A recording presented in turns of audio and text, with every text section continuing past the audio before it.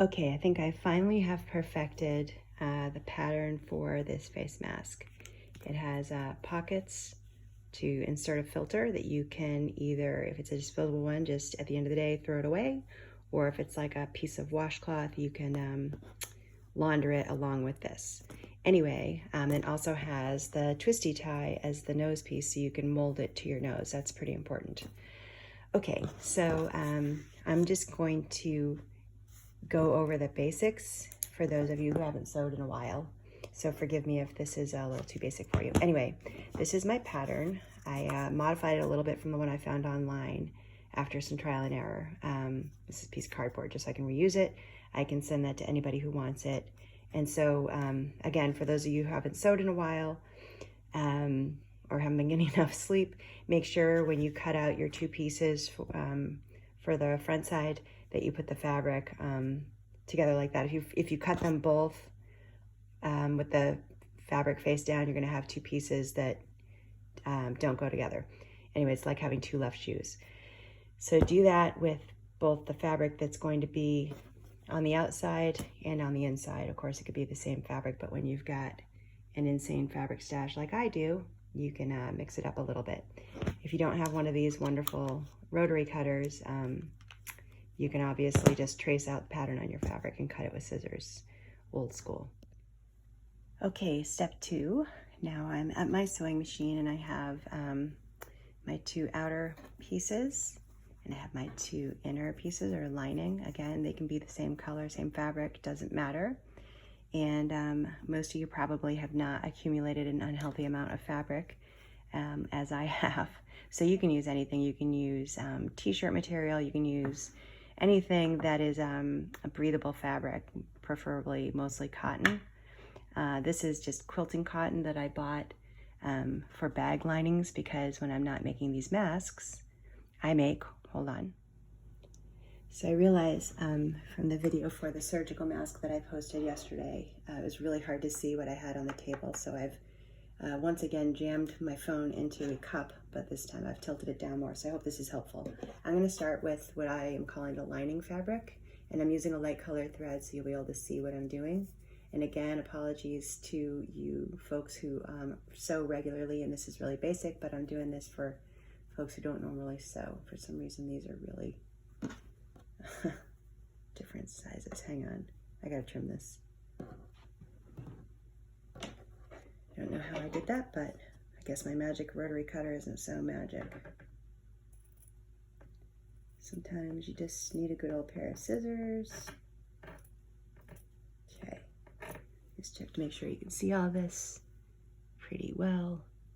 Turn it just a little without my phone falling out. All right.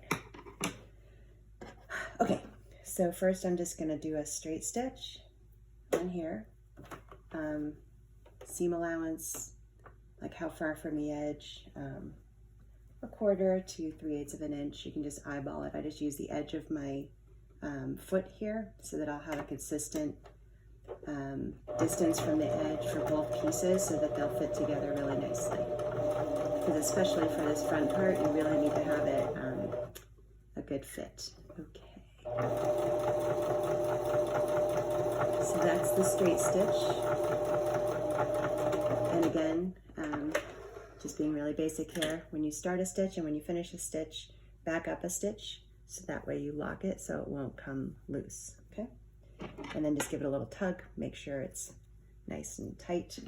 Okay, so there's my straight stitch. Now, for those of you who have a sewing machine, as most do, with a zigzag stitch, or better yet, a stitch that sort of is lines going one way but the line on top, that's kind of a serger stitch, and it's a way to reinforce the fabric and go over the edge so the fabric doesn't fray. But a zigzag stitch is fine as long as it reaches the edge of this and goes over a little bit, because these are going to need to be laundered, so they have to last for a while. Okay, so here's my little serger stitch. Hopefully my very lightweight fabric won't get stuck. Yay, it didn't. And this fabric is really lightweight, and that's good because it's breathable. And this is this mask you can insert a filter. In fact, you really need to, or else the mask isn't going to offer too much protection. It's just 2 layers of this quilting fabric, which is pretty porous.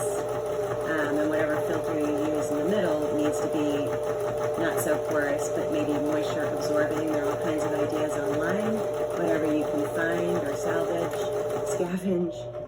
like everything is now selling out as folks around the country are making these masks. Okay, so that's my stitch, and that you can see it goes over the edge, so it really gives it a good firm seam, and it also prevents it from fraying. So now you can see the front, you've got a nice clean seam, and because the way the fabric's curved, it's nice and curved to accommodate your nose. And later on I'll be stitching in one of these twisty ties so you can pinch it and make a nice mold over your nose. That's really important to maximizing the safety of this.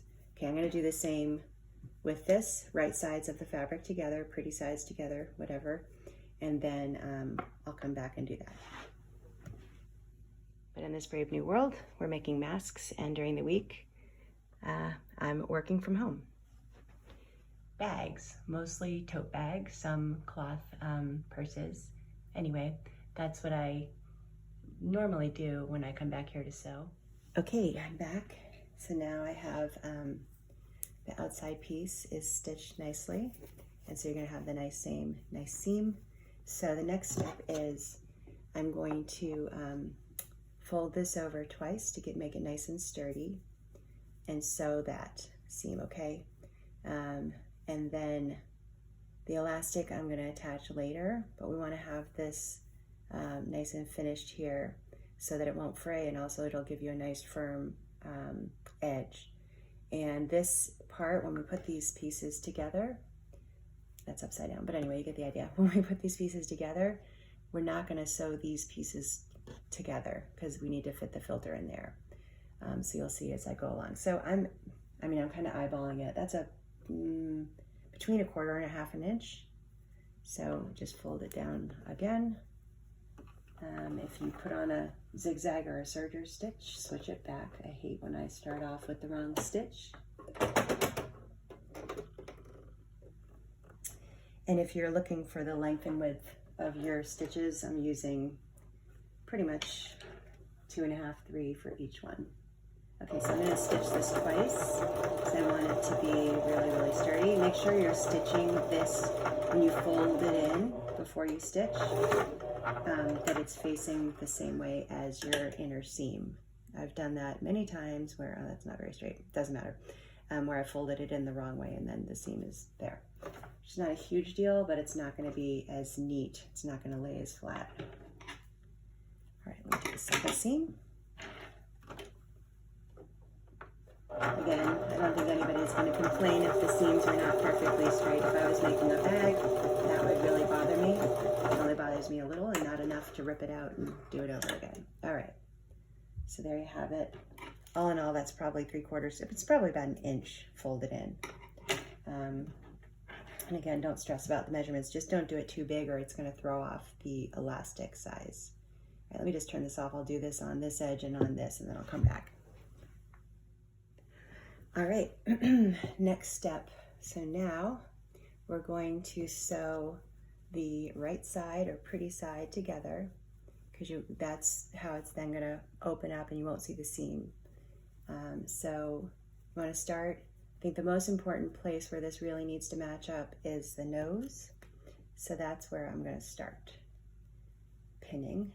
And this is really important. So this is what I figured out from attaching the elastic. I was attaching the elastic to here and stitching over it, but I found that the elastic doesn't lay nice and flat. So I'm going to stop stitching right here. Okay, so leave that as it is, and then when you turn it right side out, we're going to attach the elastic, and I'll show you that. So just to remind yourself not to sew any further and to keep it nice and neat, pin this, and then you'll find, even if this isn't perfectly matched up, you can play with it a little bit from the nose to the edge there. See, that's not quite matched up, and it's a very forgiving kind of slope there. You can kind of fix it. Okay, so I'm gonna do the same thing over here. So this, not only am I gonna stitch this together and not stitch the ends together, I'm also going to do that reinforcing top stitch again, because you can probably see with the light here in the background, this is a really light porous fabric, which again is great if you like to breathe, but it needs to be reinforced or it's going to fray, because these are going to need to be laundered every day by folks who are wearing them every day. Whenever you wear them, you're going to need to launder them. Okay, see, it's already fraying there. That's why it's so important to do that edge stitch, or this is just going to all come apart. So I like to start on the nose in case this gets, you know, messed up as you're sewing along, because again, that's a really important part to match up. All right, and I can kind of tinker with this as I go along.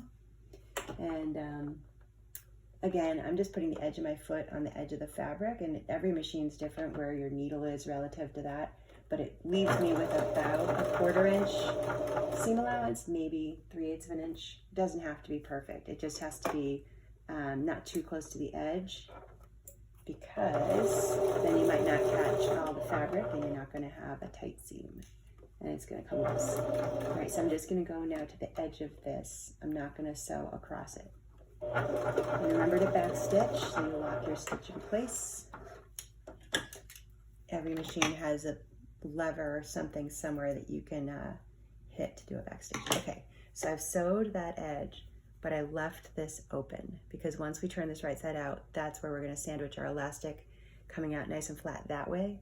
Otherwise, it gets kind of lumpy. It's hard to explain. Anyway, let me do this, and again, I'm going to start down this side at the nose again, because that's the most important part to match up. Okay, back stitch.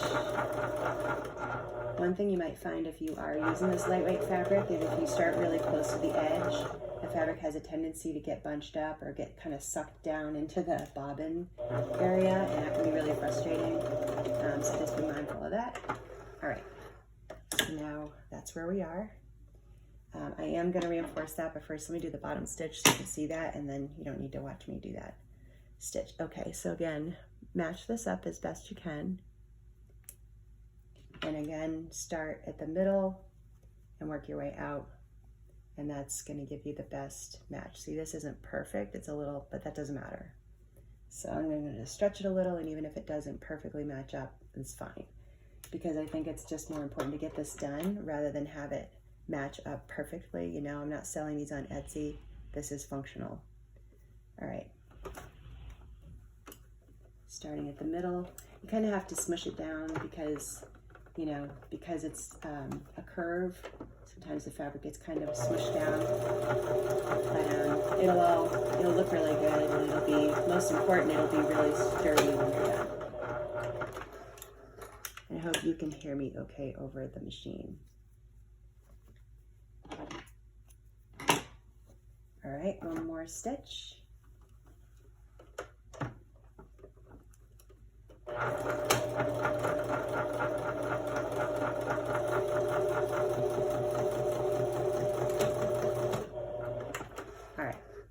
So now we have the stitch, these two pieces are stitched together. This is not, okay, leave that like that, right? And let me just turn it right side out so you can see, even though my measurements and my fabric weren't perfect and my fabric didn't line up perfectly, it still is gonna look really good.